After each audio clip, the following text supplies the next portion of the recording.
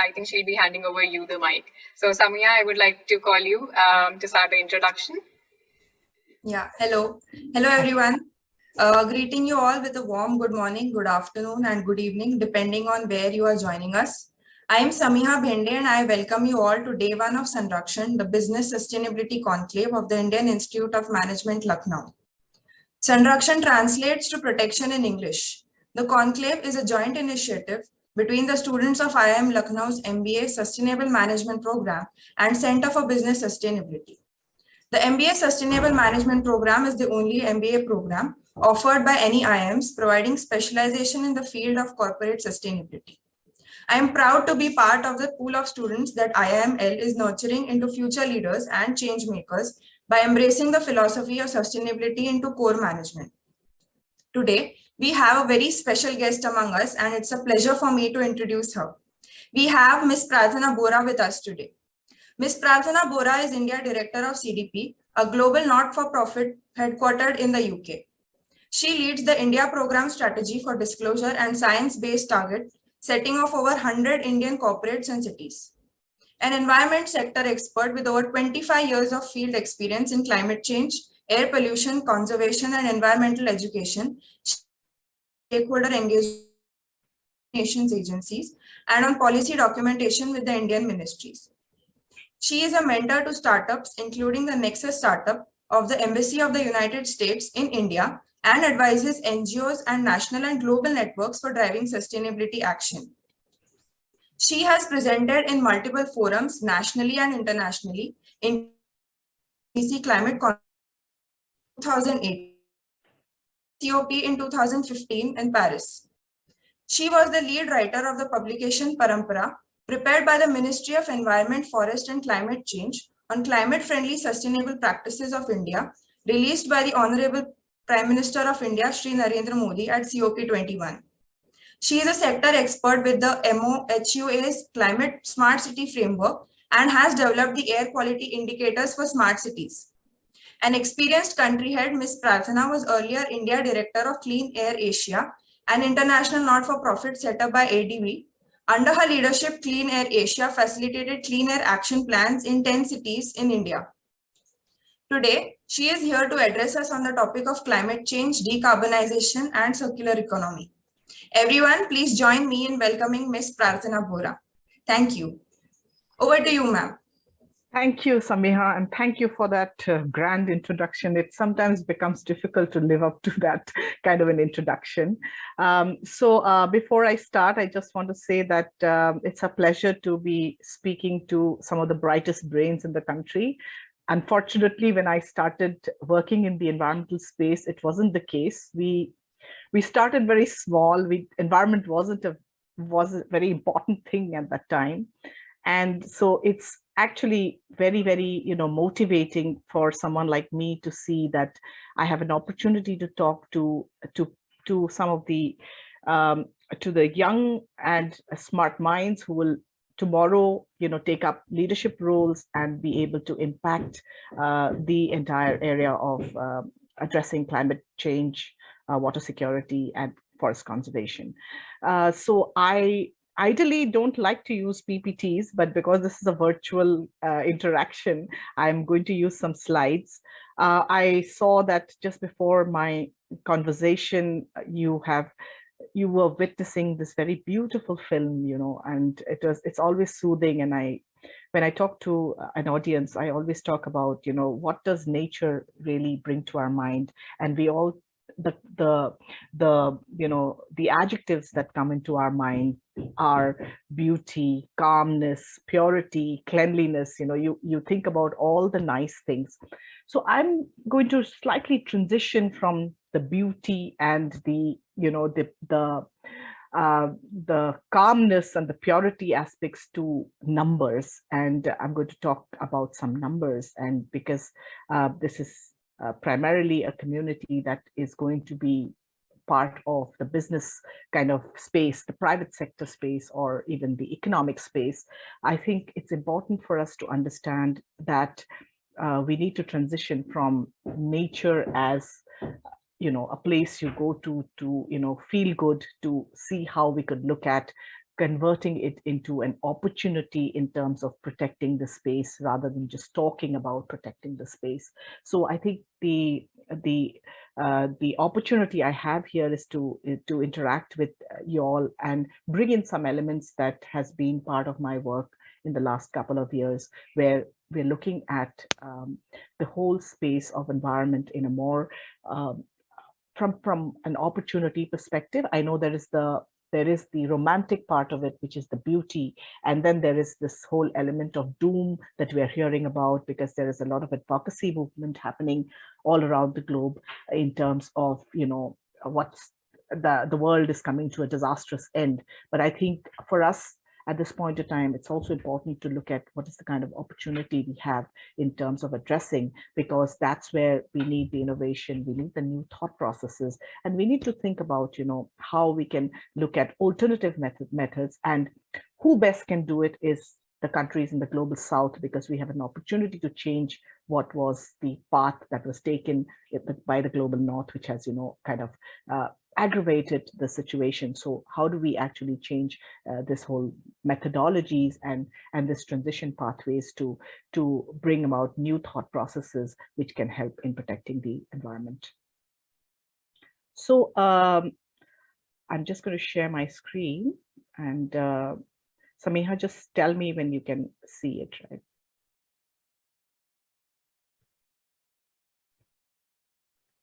Okay, now. Yes, it is visible. Right, okay. I'm just going to do a full screen. Okay, so I have been asked to talk about climate change, decarbonization, and circular economy in 60 minutes. Now, I don't want to talk for 60 minutes because that's not the right way to have a discussion on environmental issues. I'd like to speak for some time and then maybe open up the floor if we have some interaction. I want to tell you that each of this are huge areas, and there are a lot of theoretical aspects that are required in terms of understanding. So obviously, I cannot deal with all of it in 60 minutes, but I'll try my best to bring about some kind of correlation, some kind of understanding, so that, you can take home something. I hope you can take home something that you would further want to look at, and please feel free to connect with me later on. So I want to start with where I come from, because that's very important, because the data that I'm going to use is all is actually primary data that we derive from the private sector, from the cities directly. So I think it's important for me to tell you where I come from. So this is the flow of contents of the next 30 minutes. I will introduce you to CDP, from where I come from. I will talk about climate change with a particular focus on how we drive corporate climate action and what is required from an organization perspective, and also from a larger perspective. I'll touch upon decarbonization, particularly focusing on Scope 3 emissions, target setting. I'll touch upon renewable energy, and also a little bit on carbon pricing. And finally, I'll just leave you with the whole issue of circular economy. Now, where I come from, I work for a global environmental impact not-for-profit. For those of you who don't know, CDP hosts the largest data platform on environmental issues, primarily on climate, water, and forests. Our fundamental basis is that information is required for action, which is why we help investors, we help corporate sector, we help the consumers and the cities to measure, understand, and address environmental impacts. CDP is looked upon as a credible organization and a gold standard for environmental reporting. So it's not just reporting, but it's also actually data generation, and also in terms of setting standards. We want to make environmental reporting mainstream, so that, and it's not just, it doesn't end at reporting. We'd like to provide insights that drive action for climate safe, water secure, and deforestation free world. So how do we work? I think this is very important because our data doesn't just sit there on a platform, it is used by investors. So today, especially after the Paris Agreement, there is a huge opportunity for corporates to play a role in terms of generating and providing the necessary data, which can help reduce GHG emissions, safeguard water resources, and prevent the deforestation. So we have a network of investors who sign up to use our data. So our data is fed back into the investors so that they can make the right investments, preventing climate risks, as well as creating a climate resilient economies. So just to do a little bit of an advertisement of our organization, these are the kind of entities that use our data in terms of making informed investment decisions. So we have 3 sets of questionnaires, and I'm telling you this because most of the insights that I'll be sharing with you during this time that I'm spending with you. We have 3 questionnaires. The first on climate change, the second on forest, and the third on water security. Now, the sectors are varied, but there are key sectors that flow through all 3 areas. Firstly, I think one of the disclosure areas that we encourage and we generate data on is the whole issue of governance. So companies disclose to us on governance in terms of how much the governance is involved in climate change, forest-related and water security issues. We also have a section which talks about the risks and the opportunities. And finally, we have target setting, the energy matrix, the emissions, and also something on supply chain and other areas. So I move on, having given you a background of where I come from and where the data comes from, I move on to some climate insights and actions that will give you a kind of overview on where the corporate sector, the private sector, the business sector is moving in the next couple of years based on data that we have generated over the last 20 years globally and 10 years in India. So our mantra is you can't manage what you don't measure. So we put numbers to our statements, and what you see in front of you is some numbers that have been generated over the years and updated as in 2020. So if you look at the value of risk reported for water impacts, it's valued at US $301 billion. Similarly, the deforestation impact is $53.1 billion US. Overall financial impacts actually moves to trillions, so 1.26 US dollars in terms of trillions. Then we also go into minor data. For instance, if you're looking at the data you generate in terms of how you can trace back to what the risks are, or what the commodity risk is, especially from a supplier point of view, this is just 26% of the data, which means that only 26% of reporting suppliers can fully trace their forest risk commodity. So there's a whole lot of risk which is not reported right now. So while we have this large, the 3 elements that you see on top, which is based on data reported by over 13,000 companies to us globally, we have to tell you that not all data is readily available. It takes time to generate it, and that you can see in point 4.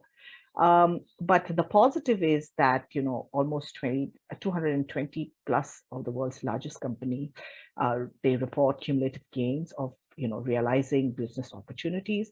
When you look at this whole area of climate change. So there are numbers in terms of what is the financial impact. There are numbers in how this is not the complete data available, and then finally there is numbers in terms of how this is a business opportunity. Moving on from the global to the Indian context, this is the highlights of our 2021 report.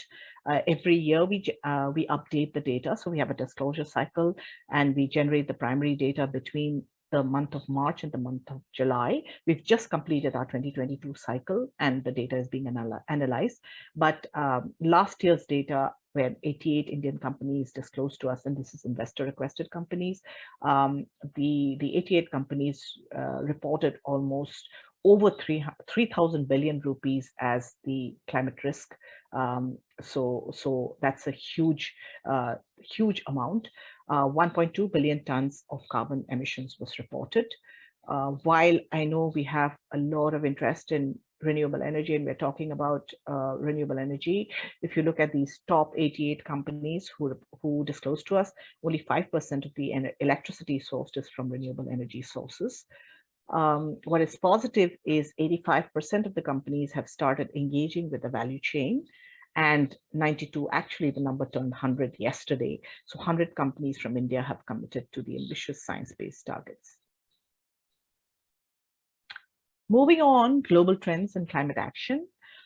The positive part is that more and more investors are looking at climate risk and climate risk data, climate opportunity data. So they're looking at more of disclosure.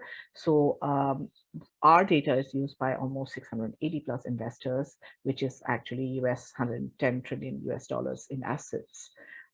13,000 companies report to us, and this is 64% of the global market capitalization. So these are the listed companies. So basically, the case for disclosure is that data helps in not just improving investor regimes, but also in policy and regulation, as well as building stakeholder confidence. So once again, how does environmental disclosure make sound business sense? It's an enormous business opportunity, and more than the risks and other areas, I often talk about the whole element of opportunity, because I think there's a need to look at the economics of addressing climate-related risks, water security issues, and forest risks. So I think it's important for us to convert the whole the morbidity of climate into an opportunity to innovate and look at a new thought process. We need to, when you're talking about disclosure, I think it's basically about ensuring long-term sustainability and profitability. So I think disclosure is also the first step when you are actually looking at your internal business processes and devising a strategy in terms of moving towards decarbonization. So what are the benefits of disclosure for companies? I think there are two areas here. I think one is that you look at the whole issue of investment. How do you attract the right investment?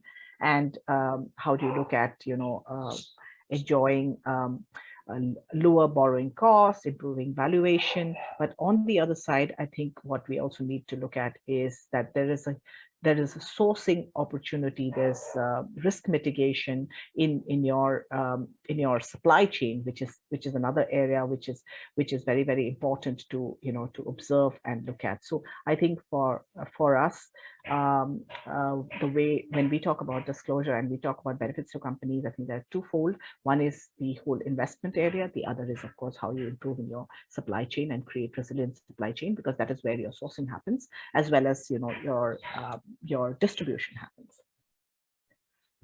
So coming back, I think 2015 is when when the disclosure really became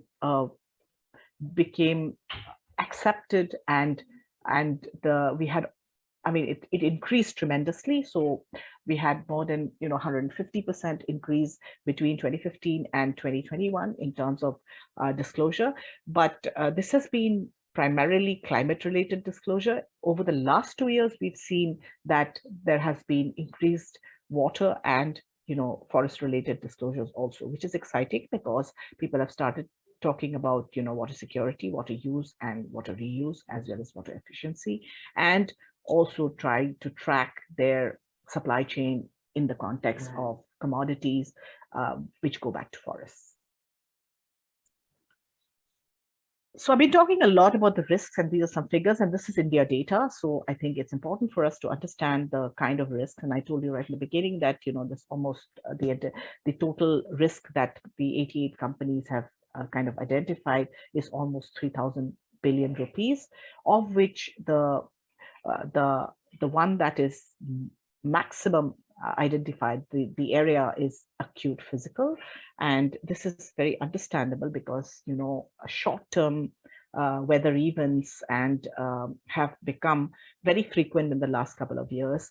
So I think that is being recognized as one of the largest risks by companies, followed by regulation, emerging regulation, because India is becoming more and more conscious. So you know that we've just introduced mandatory disclosure from 2022.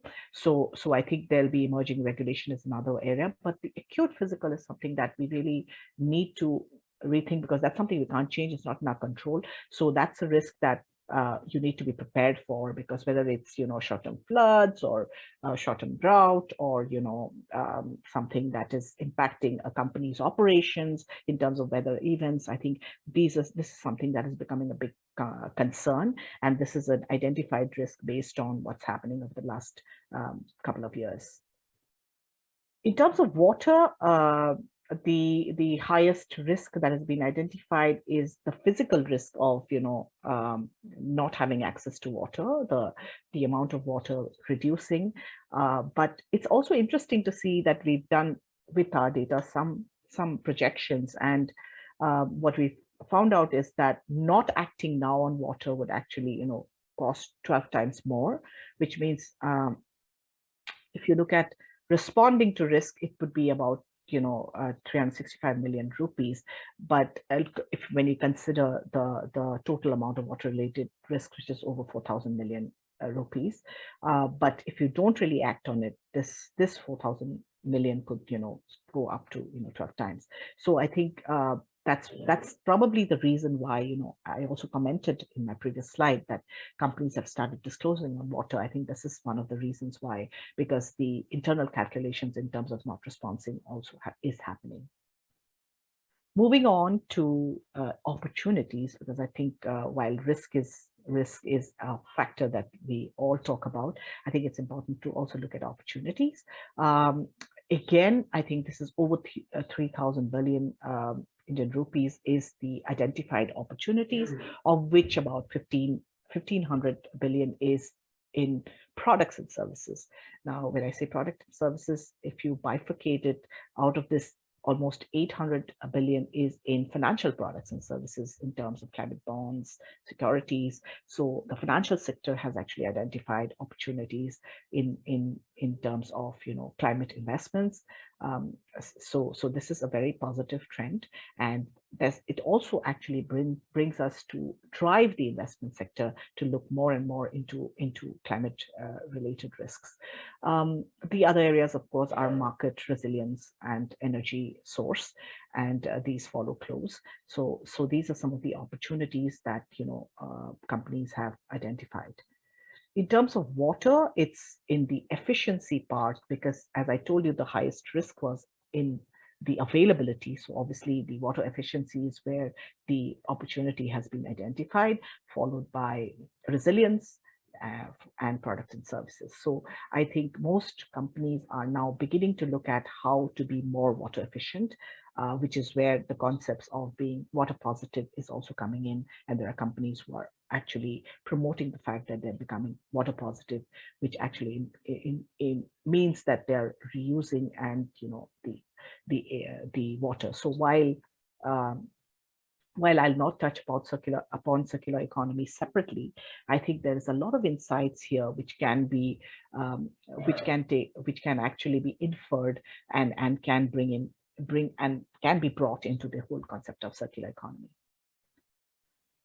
So I move on now from climate insights to decarbonization. And when I'm talking about decarbonization, I want to bring you some insights from the supply chain, because that is where I think the challenge is as far as the country like India is concerned, because we have large companies which have large supply chain. Now, when you're talking about one company, it's easy for the larger companies to look at internal operations and look at how to tackle the internal operations. But it is when you are discussing the supply chain and you're discussing how much can you integrate or reduce the emissions within the supply chain, that is where the real challenge lies, because that is about not just about information or about getting them to do something, but it's not just about intent, actually, it's also about capacity and how the supply chains are organized.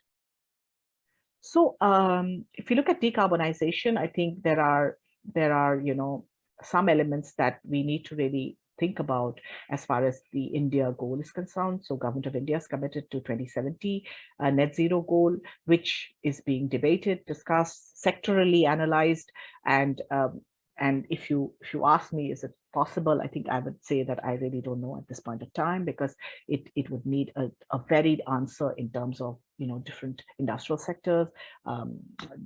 The entire city has a different perspective. So I think that's something that would need to be talked about, discussed, and analyzed, and maybe would be clearer in the next couple of years. Renewable energy commitment is 50%, by 2050. But I just showed you how the top 100 companies in India are faring. 3.6% energy demand reduced by electricity savings from MSMEs, which is why I want to emphasize on the supply chain aspect. So this is again data that we analyzed in terms of the emissions of the 88 companies that disclosed to us. So 1.2 billion ton CO2 emissions was reported in 2020. If you look at it, scope 3 emissions increased tremendously. You can see that it's 38% from 15% in 2020. And while scope 1 and scope 2 actually, scope 2 kind of stayed at the same level, scope 1 reduced, but scope 3 increased. And out of this, business travel, employee commute, and upstream transportation and distribution was reported as highest. But again, it could be not because of because these were the highest, but it could be because data is available on this, and it's more difficult to look at other issues like tracking back to your source and investments and processing of sold products, for instance. So I think that's a big challenge there in terms of generation of data. And I think one of the biggest challenges in decarbonization is reducing scope 3 emissions. How does one tackle this in the supply chain? And following from that, I think it's important to know that this is where the biggest impact lies as far as decarbonization is concerned. If a supply chain emissions are significantly higher, as I told you, and it has been reported, it's actually 11 times higher than operational emissions at the moment. So we have a very dedicated supply chain program where we're trying to have disclosure, and there is advanced reading if you want to understand, how we need to engage the supply chain. But as I said earlier, that in India is going to be a major challenge because most of the supply chain is the small and medium sector, and we have to understand the capacity if you're going to really look at reducing scope 3 emissions within the supply chain. So the positive, again, I go back to the opportunity part, and this is again an area that we cover in our data analysis, the engagement of the corporate sector with the value chain. And what is positive to know is that most of the companies, out of 72 out of the 88 companies are engaging in the value chain in some way or the other. So either they're engaging with the customers and suppliers and others. Some are just engaging with customers, others are just engaging with suppliers. So there is some level of engagement. Now, what is this level of engagement? So with the suppliers, it's mostly on compliance and onboarding because it is important to have the regulatory compliance. Many of the companies are facilitating the process of compliance and onboarding. And of course, then going on to engagement and incentivization. On the customer side, downstream, it is more on education and information sharing. So many of the corporates are actually working with the customers to basically work on joint projects to see how to reduce emissions in the customer supply chain. And then, of course, there is collaboration and innovation. So these are some areas in terms of engagement. But of course, this is a very small sample, and India is a large country. So I think the engagement at this level really needs to increase because, as I said, the operational emissions is always easier to control because it is under, it's under your purview. It is when you go beyond that the difficulty emerges, and scope 3 emissions is something that we definitely need to address. So why engage suppliers? Again, I bring you to some figures, and you can see that this is a global kind of database. So you can see that the reported risk, as I said, in terms of suppliers is the acute physical risk, followed by the market risk, and then emerging regulation. Addressing these risks would actually imply savings of a huge amount of money, reducing emissions, as well as, and this can give you also a comparative in terms of, power plants, because there's a lot of discussion on coal-fired power plants, but, it's actually, if you reduce supply chain emissions, it's equivalent to, kind of reducing annual emissions of that many coal power plants. So how do we actually engage is that we ask them to report and allocate emissions. And this is when we actually invite corporates to disclose on their supply chain. So we basically ask the corporate sector to ask the supply chain members to disclose their emissions. And that means that, they have to do an emissions inventory and allocate their emissions, followed by strategy preparation. And then, of course, it goes to the more difficult part where there is a governance level oversight on climate issues, as well as engagement and collaboration. So my objective of showing this slide was to just highlight the fact that it's not as simple. I mean, we have a lot of conversations out there. We talk about reducing scope 3 emissions, but it's actually very complicated in a country like India. And this is where the leadership plays a very important role, because there's a huge issue of building the capacity of the smaller companies in terms of not just measuring, but also tracking and later converting this to, positive action for climate mitigation. Some of the advantages, this is basically, if you have data-driven buying, you obviously are able to manage risks better. You are able to improve operational efficiency. You can set targets and you can build a competitive advantage, also improve collaboration with suppliers. Similarly, for suppliers, there's benefits because it's about identifying risks and opportunities. And I think the smaller ones will be highly impacted. We saw that during COVID, it was the smaller ones that were impacted. So I think it's important that the understanding of climate risks translates to the supply chain in terms of identifying cost savings and identifying risks and opportunities, so that collaborative opportunities can be promoted between the larger company and the supply chain, smaller companies. I move on now from discussing about scope 3 emissions and reducing global scope 3 emissions to target setting. And here I'll just touch upon briefly on science-based targets. I'm sure you hear it, or that there is something called the science-based target setting, which is an initiative of CDP, UN Global Compact, WRI, WWF, and the science-based targets. It's a coalition. It's basically facilitating the process of setting a target, a long-term goal, keeping in mind the global temperature increase within 1.5 degrees. So a company sets a target for the operational elements based on keeping below 1.5 degrees. There is a long-term goal and an interim goal, because that facilitates the process of, ultimately the long-term goal is about net zero, achieving net zero.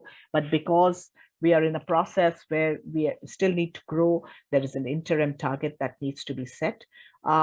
Disclosure facilitates that process because it helps you to track your your entire journey. But it doesn't end at target setting. It's also about facilitating your net zero transition journey. So basically, so it starts basically with your emissions inventory, and then you actually calculate how you would become zero at a particular level and how much time it would take you to, reach that particular level. From science-based target setting, I want to move on to renewable energy, because this is an area that is emphasized by the government of India. As I said earlier, our data, this is again, our data from the 2021 report. From all the companies that we investigated, only 5% of the electricity is sourced from renewable energy, which means there's a long way to go. If you look at the sectoral diversification in terms of renewable energy, who's using it maximum it's the IT and the software sector, followed by others. So we really need to emphasize in this area. There is a global initiative called RE100, which actually facilitates the process. But as of now, I think only about 6 companies have signed up to the RE100 initiative. The other area in decarbonization is about setting an internal carbon price. Now, setting an internal carbon price is basically translating GHG emissions and climate risk into financial terms. It helps the company look at putting a price on either projected emissions. So you have shadow pricing, which is basically on projected emissions. And then you can put a fee on current emissions. Or you can actually have an internal cap where you actually limit the amount of, you basically decide to limit the amount of emissions that you're going to create. So I think internal carbon pricing is something that is enabling companies to basically get into the decarbonization process and evaluate how they can financially evaluate the price of carbon and allocate or reallocate this price to either low carbon innovation or increased competitiveness, and basically define the cost of emission reduction projects vis-a-vis the present path that they are taking. So internal carbon pricing is something that is gaining a lot of popularity. We've seen almost a 50% increase from 2020 in the Indian companies that reported to us. Most of these also have science-based targets. So I think it's important to understand that the decarbonization journey is not just about either or, it's about all these areas that we need to tap. What is happening is that there is an internal strategy that needs to be developed by a company, but all these elements actually need to come in. And it's important that, and most of the companies who are doing well for us in terms of being leaders in climate action, they probably have all these components imbibed into their internal strategy and processes. Finally, I move on to the circular economy concept. Now, the circular economy concept is actually, I've already touched upon it in many ways in terms of addressing the supply chain, looking at the reuse of water, going back to the forest and seeing how we could look at forest conservation. So I think to translate it into operational kind of varies from company to company, because it depends on, if you have a company which is using more water, obviously the water risk is there. So you need to look at how you could look at a water circularity model. Similarly, if it's a company that is dependent highly on a forest kind of a forest product, forest-based product, then it's important that the company offsets the carbon emissions by putting in more investments into forests or developing forests. So I think the circular economy concept here is for a business would be to look at an internal business process and to find out which is the natural resource that is being highly impacted, and to look at it from that perspective. So, but I also want to add the element of waste, because I think circular economy also includes the whole element of waste. And I want to mention here that we have also introduced just now recently from this year that a plastic component in our questionnaire, which means that companies will be disclosing on their plastic related targets. And as we know that many of the larger companies are, it's not about plastic bags, you use plastic in your entire production distribution process. So I think this is one element that we have brought in to highlight the element of circularity, and it will be very interesting in the next years to know how this progresses. Just something that we partnered with the Ellen MacArthur Foundation for the plastic disclosure. So this is just a code that we put forward. Now I'd like to now go to, we have this entire process. We've talked about concepts in terms of what is required in terms of climate action. We've talked about the element of decarbonization and I've touched upon certain theoretical concepts that we need to get into. But I think what is also important is to look at how to generate this data, because as I said in the beginning, what you can't measure, you can't manage. And if you really want to, if you really want action on the ground, we do need to generate the right kind of data, which helps you to, to feed into the system. And so I'll just briefly touch upon the data generation aspects before I close. So our data generation has 5 components. And I think if you look back on whatever I've communicated, you'll understand how we have come to these conclusions. The first is that companies report on climate change related governance. So we ask how much is the governance involved in climate decision making, but we also ask the frequency of this interaction, so that there is, just to figure out whether we have a frequent tracking, and a responsible mechanism for tracking and measuring the progress in terms of climate-related activities taken or climate-related decisions that have been taken. The second area is on climate change-induced risks and climate opportunities. So as I told you that a company looks at the internal strategies, at the internal operations, and assesses risks, and then tries to identify opportunities.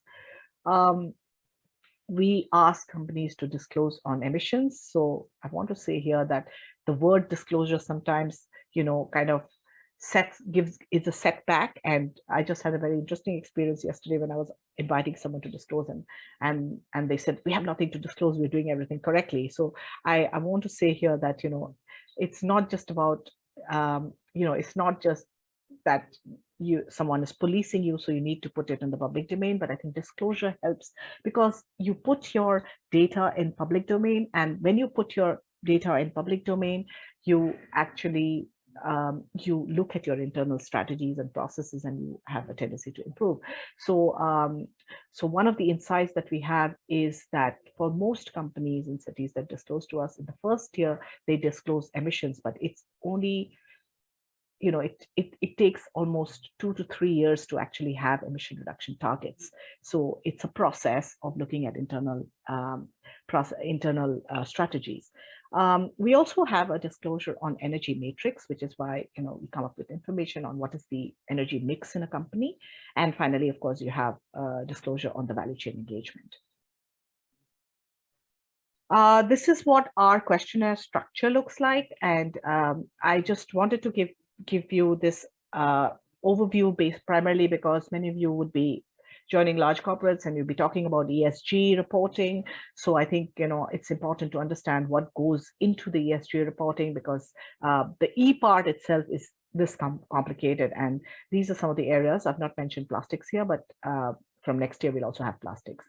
Finally, we generate data, but we also like to applaud climate leadership.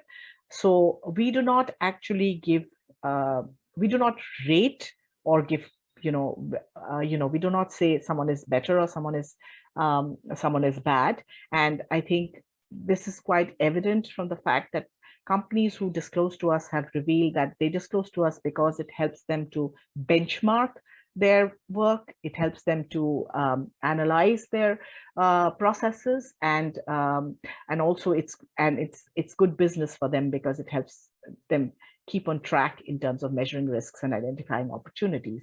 So so we actually start with a D, which is actually companies who disclose. Any company who discloses gets a D. And then you move on in terms of how your data improves.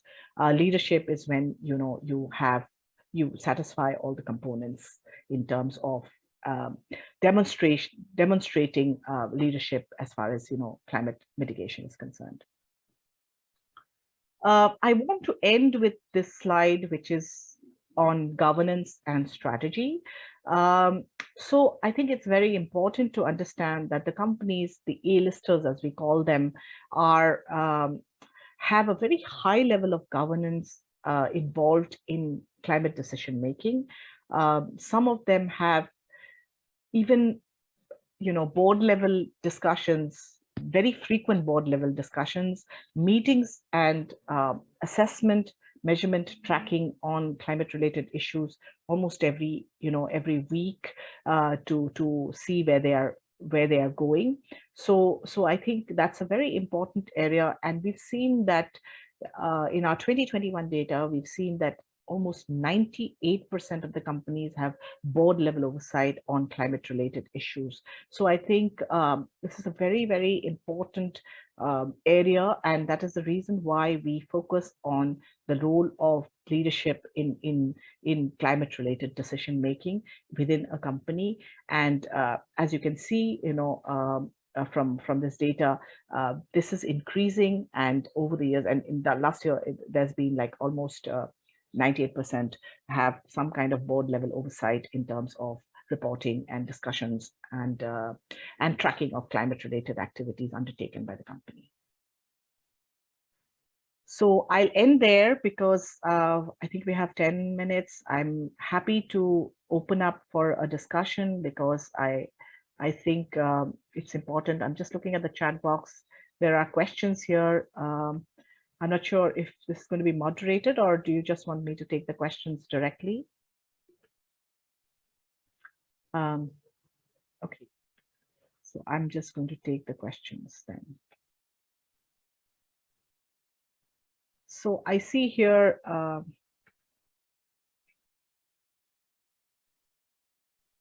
Samia will be helping you moderating the questions. Just okay. 1 second, just give us 1 second.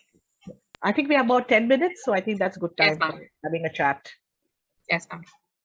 Okay, so yeah, given the context of financial markets having the power to guide businesses and an increasing trend in big companies disclosing their sustainable business strategy, there is a challenge that the firms face on how to communicate financial impacts of executing the steps of sustainability to their investors or shareholders. So is CDP envisioning to come up with a framework in future to address this challenge? So that's a very good question, Muhammad Wahid. Yeah, so I think that's a very good question. So I think I need to give you a little bit of a clarity that for CDP, for companies that disclose to CDP, actually the way the disclosure is defined is that investors can use it.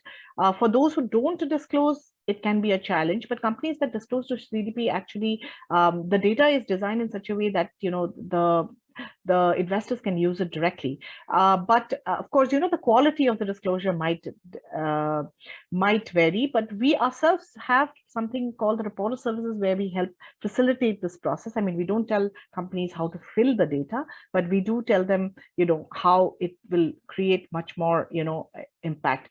But I think to answer your question on how to measure it financially is where the internal processes come into place. So it doesn't really require a framework because I think we have a good framework which can be used, but it's the quality of the data and how it's inputted. At the moment, I think most of it is a narrative. It sometimes becomes a challenge, but I think this is an internal capacity issue. What CDP is trying to do is actually build the capacity of of companies internally to make the data more quantitative rather than qualitative.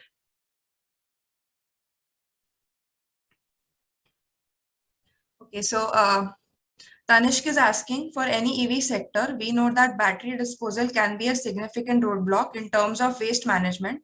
What initiatives are being taken or can be taken to curb the waste? So Tanish, I think I'm not really a transport sector or an EV expert, so I will not be able to give you a very detailed response, but please feel free to connect with me post this meeting and I can always get back to you. But I think there is a lot of discussion on battery disposal, and that's probably one of the reasons why the use of EVs has not escalated to where it is. I think even in terms of the waste management in our country, there's at the moment a lot of dialogue and discussion, but the disposal, frankly speaking, has not been discussed or implemented to the extent that it should have. The EV sector is actually, globally also the debate is very high because of this reason in terms of disposal and in terms of what kind of energy is being used, basically, in terms of it. But at the moment, I think what my answer would be is that there are certain policies that have been proposed and also kind of put forward, but waste disposal even generally is a very complicated issue, and we know we've had waste management rules, 30-year-old waste management rules where we need to dispose our waste properly. But for a country like ours, that is one of the most challenging aspects because the whole issue of behavioral change comes into the factor. So I think in terms of, I like the word that you've used, the word roadblock, and I think in terms of waste management, I feel that one of our biggest challenges would be that even if we do have the right policy and the right implementation schemes, one of our biggest roadblocks would be how we would get, how would we get the community to engage in these aspects, because as a community, I think we are one of the poorest in terms of waste management.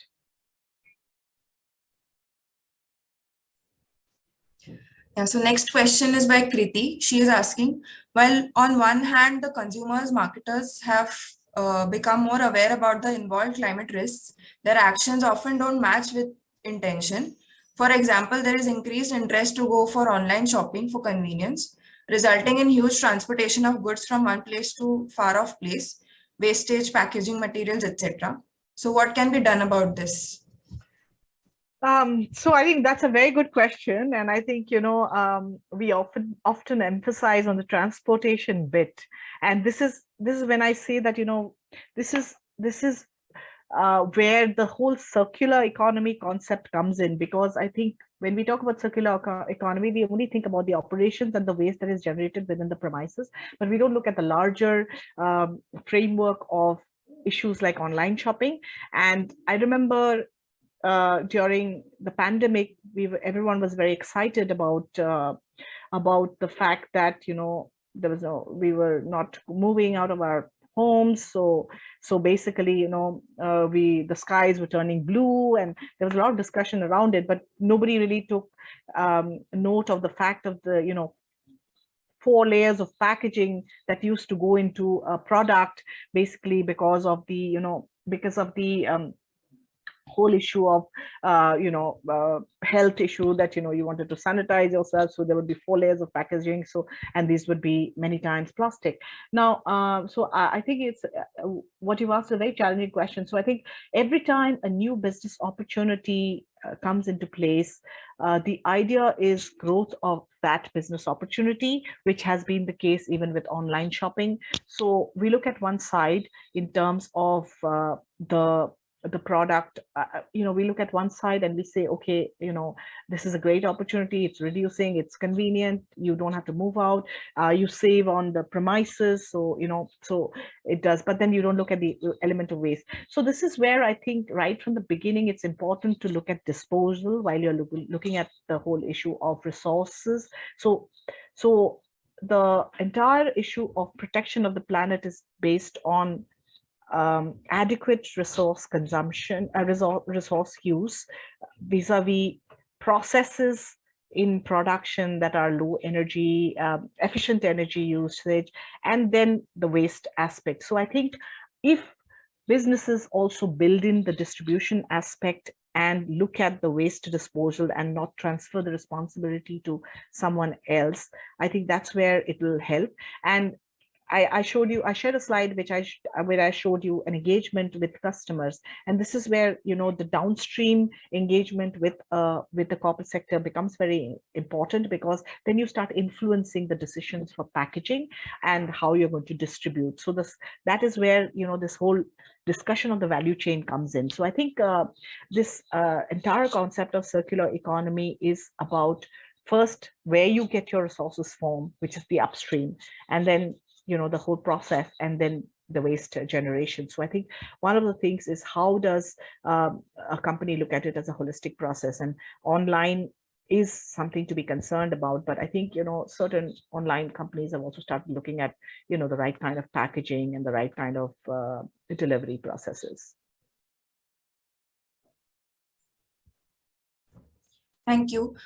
So Akshay is asking, any company needs to make decisions based on finances, as every decarbonization strategy has cost implications. What is the framework used for the strategy or the strategy followed by any company to decide which decarbonization strategy needs to be prioritized for implementation? That's a difficult one, because it depends from company to company. So that's why the science-based target setting process is a very detailed process, because it means you need to assess your emissions and kind of look at it from the perspective of reducing your own emissions. And the target setting process itself takes a lot of time, because it's a technical process of measuring and understanding and how you are going to reduce your emissions. So I think one of the frameworks that really helps in the decarbonization strategy is the science-based targets, which is very, very is now getting very popular. And as I said, 100, and the number of companies signing up to science-based target has really increased. So I think that's one way in which a company can follow. Because once you set your target, it's easier to actually look at your strategy, because it's the beginning of actually planning the process of when you expect to be net zero. So I think that's one framework that can be followed.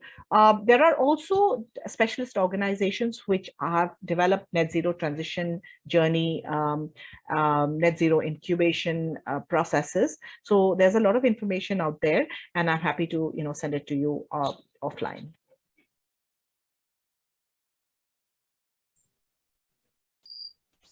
Due to shortage of time, we can't take any more questions. But on behalf of everyone, I'd like to thank you for taking out the all.